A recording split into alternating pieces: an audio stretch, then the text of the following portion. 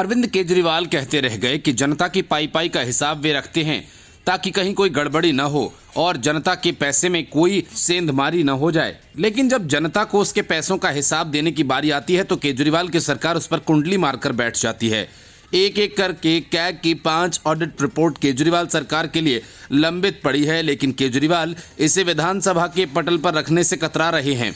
इसी वजह से दिल्ली के उपराज्यपाल वीके सक्सेना ने अरविंद केजरीवाल को पत्र लिखकर कैग के ऑडिट रिपोर्ट को सदन में पेश करने का सुझाव दिया है ताकि जनता को उसके पैसों का हिसाब मिल जाए।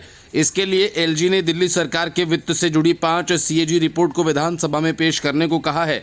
एलजी ने मौजूदा बजट सत्र में ही इसे विधानसभा में पेश करने का सुझाव दिया। एलजी ने इसकी जरूरत पर बल देते हुए कहा कि जनता को उसके पैसे का हिसाब कितना देना सरकार का कर्तव्य होता है। एलजी ने मुख्यमंत्री को लिखे लेटर में कहा कि राज्य के वित्त से जुड़े 5 सीएजी रिपोर्ट अगस्त 2023 से ही वित्त मंत्री के पास लंबित हैं। उन्होंने कहा कि बजट सत्र चल रहा है और वित्त मंत्री को सलाह दें कि वे जल्द इन पर प्रक्रिया को पूरा करें ताकि इसी सत्र में विधानसभा में पेश हो सके। एलजी ने अपने लेटर में 5 रिपोर्ट्स की सूची भी दी है। एलजी ने मुख्यमंत्री को 2 पेज के लेटर में कहा कि सीएजी की रिपोर्ट सरकार के प्रदर्शन का स्वतंत्र और निष्पक्ष आकलन होता है।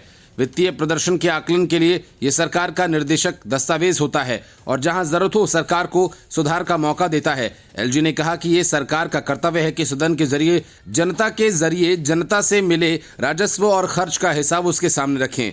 एलजी ने जिन रिपोर्ट्स को पेश करने को कहा उनमें सबसे पहले state finance audit report for 31 मार्च 2022 को समाप्त हुए वित्त वर्ष के लिए, दूसरा स्टेट फाइनेंस ऑडिट रिपोर्ट 31 मार्च 2021 को समाप्त वित्त वर्ष के लिए और तीसरा performance audit on prevention and mitigation of vehicular air pollution in Delhi वित्त वर्ष 2021-22 के लिए, चौथा revenue economic social and general sectors and PSU 31 मार्च 2020 और 2021 को समाप्त वर्ष के लिए, पांचवा performance audit report on children in need of care and protection 31 मार्च 2021 को समाप्त हुए वित्त वर्ष के लिए है। एलजी ने लिखा कि मेरे सचिवालय को कैग ऑफिस से 5 रिपोर्ट्स हासिल हुई हैं जिसे केंद्रीय वित्त मंत्री द्वारा सहमति दी गई और इसे दिल्ली विधानसभा के पटल पर रखने के लिए मुझे भेजा गया है। उन्होंने लिखा कि GNCTD एक्ट 1991 की धारा 48 के तहत कैग राजधानी के खाते की जांच के लिए जिम्मेदार है और वो इस रिपोर्ट को एलजी के पास भेजता है ताकि वो इसे विधानसभा में पेश कर सके। Bureau report, news of India.